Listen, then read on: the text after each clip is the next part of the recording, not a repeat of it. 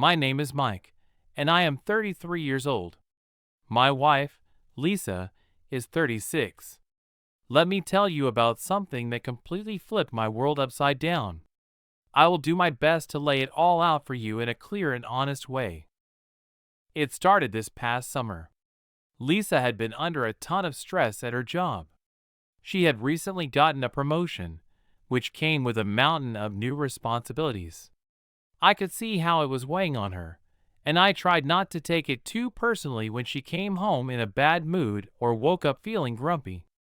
She needed someone to vent to, and I wanted to be that person for her.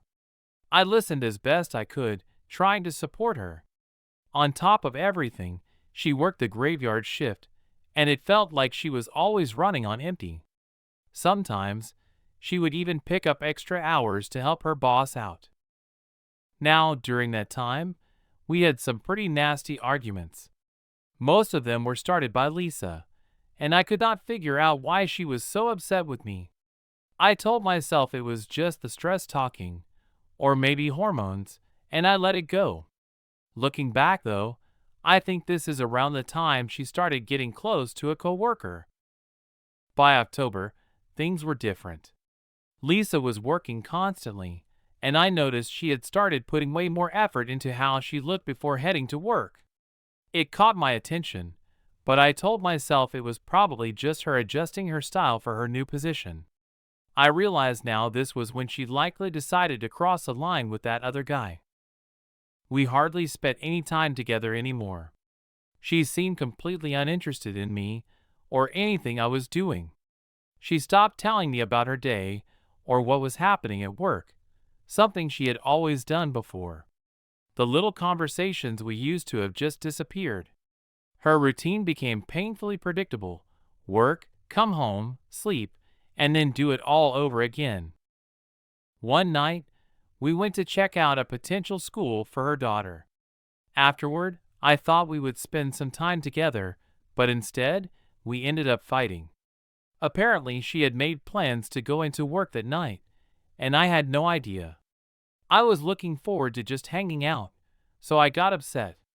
That night, something felt off, and I finally asked her straight out if there was someone else.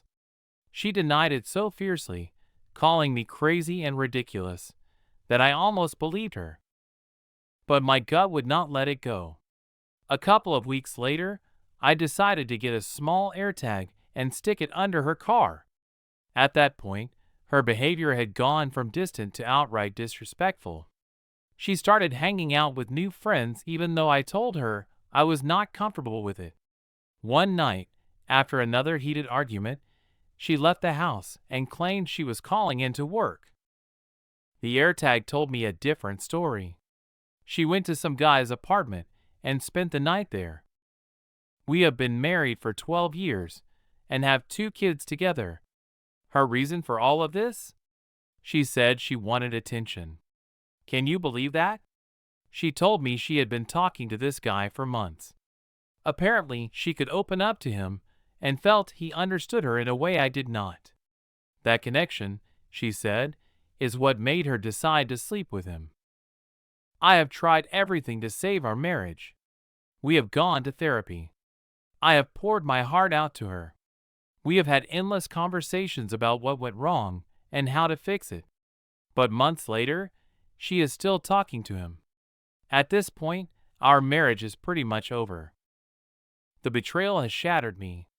I never thought someone I loved so much, someone I would have taken a bullet for, could hurt me this deeply. It is a pain that is hard to put into words. Looking back, I do not think there was one single moment that signaled the start of our troubles. It was more like a slow, creeping shadow that I did not notice until it had already surrounded me. Lisa and I had been married for 12 years, and while we had our ups and downs, I always thought we were solid. That summer, though, something started to shift. Lisa had recently gotten a big promotion at work. At first, I was proud of her. She had been working her tail off for years, and I figured this was the recognition she deserved. But with the new role came late hours, extra stress, and a schedule that made her even more tired than usual. She worked the graveyard shift, so our time together was already limited, but now it felt like she was running on fumes all the time. I tried to be understanding. When she came home grumpy or snapped at me over little things, I would tell myself it was just the stress talking. I wanted to be her rock. I let her vent about her job, listened as much as I could, and did my best to keep things steady at home. But the tension between us kept building. Our arguments started small, little disagreements about chores or schedules, but they escalated quickly. Lisa would blow up at me over things that seemed minor, and I would find myself blindsided, wondering what I had done wrong. I told myself it was just the stress, and maybe even her hormones. Still, I could not shake the feeling that something else was going on. It was around this time that I started noticing small changes in her behavior. She had always been someone who rolled out of bed, threw on some jeans and a t-shirt, and called it good.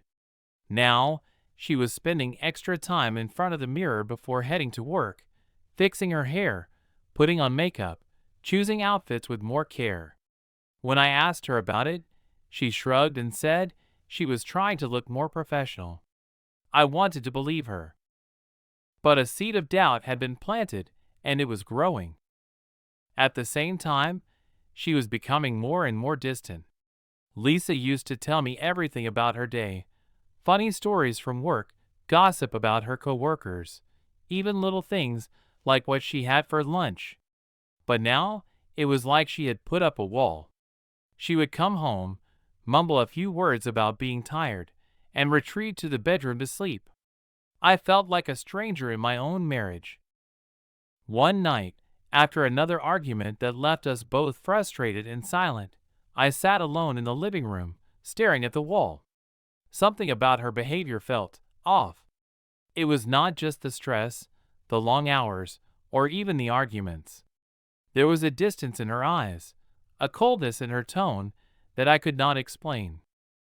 And that is when the thought first crossed my mind. Could there be someone else? Once the thought crossed my mind, it was impossible to shake. I tried to dismiss it, telling myself I was just being paranoid. After all, Lisa and I had been together for over a decade. We had built a life, a family. Surely, she would not betray that. But the signs were there, and no matter how much I wanted to ignore them, they kept piling up. Lisa was working nonstop.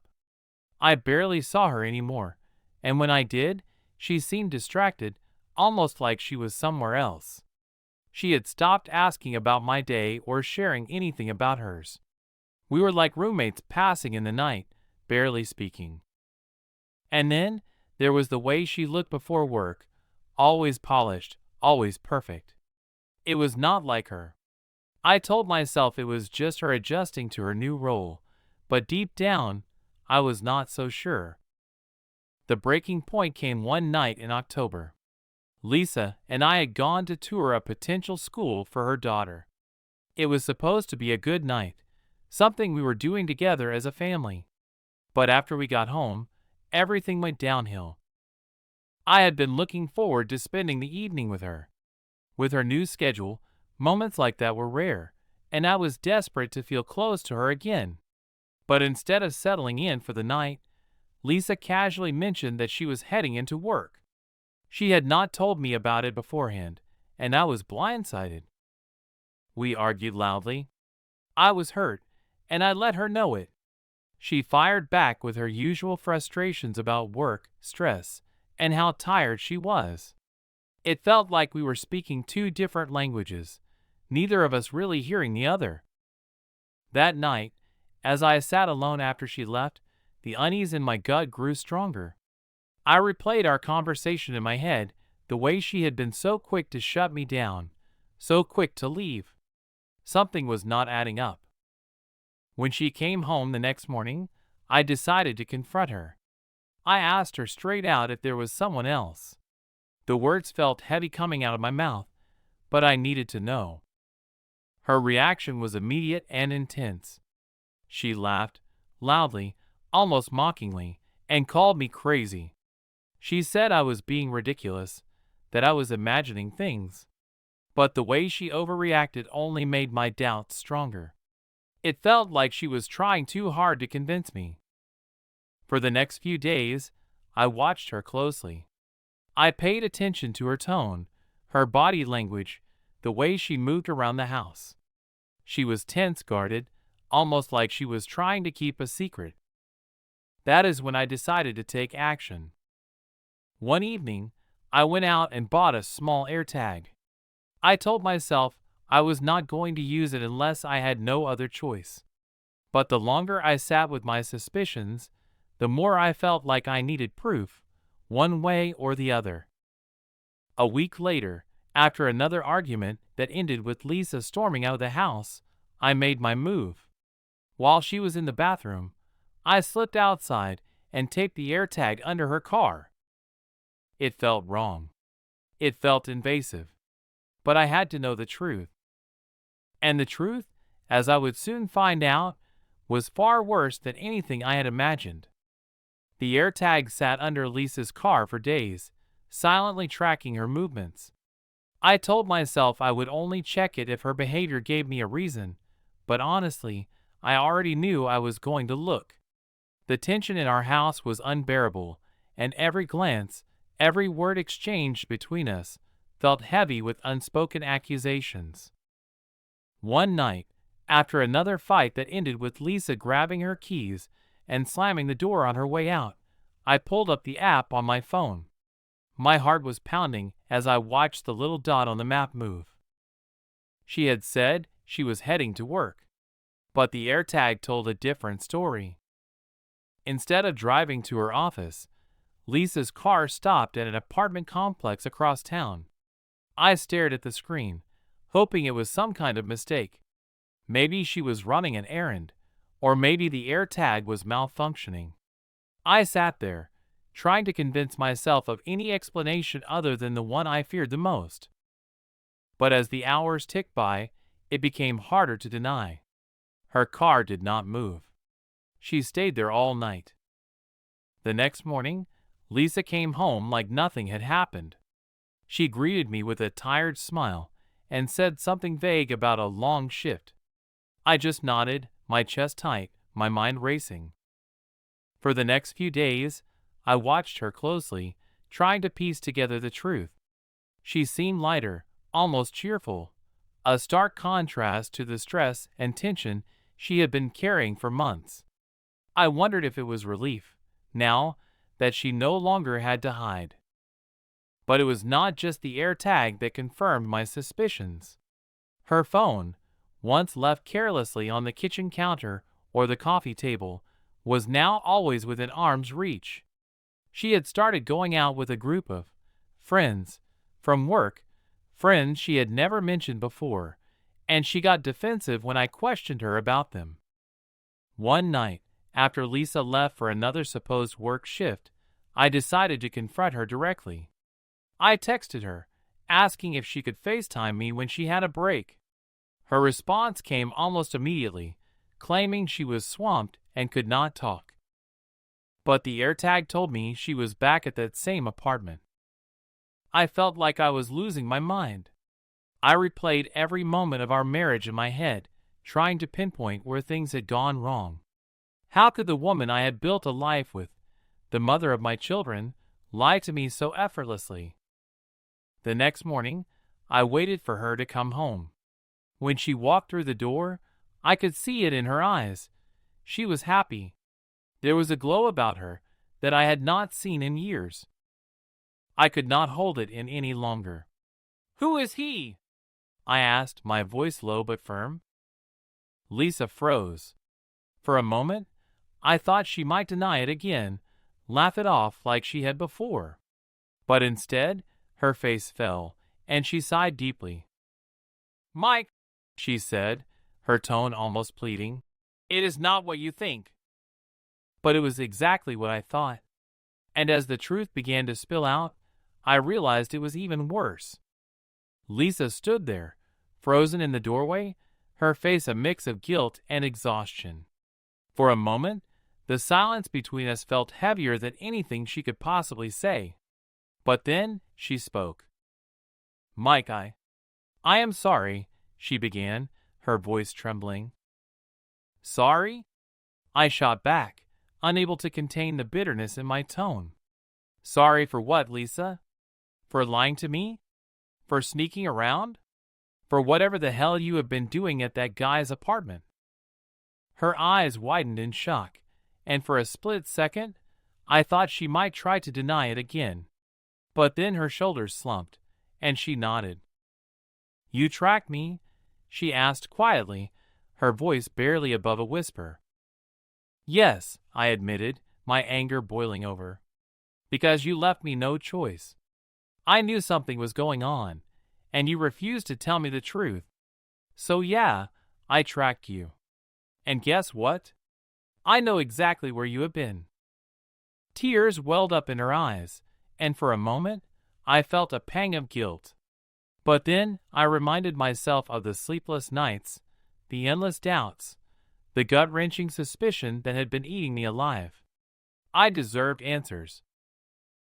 She sank onto the couch, burying her face in her hands. "It is not what you think," she repeated weakly. "Then explain it to me," I demanded, crossing my arms. "Because from where I am standing, it looks pretty damn bad." After a long pause, she finally looked up at me, her eyes red and swollen. "It started a few months ago," she admitted. "At first, it was innocent.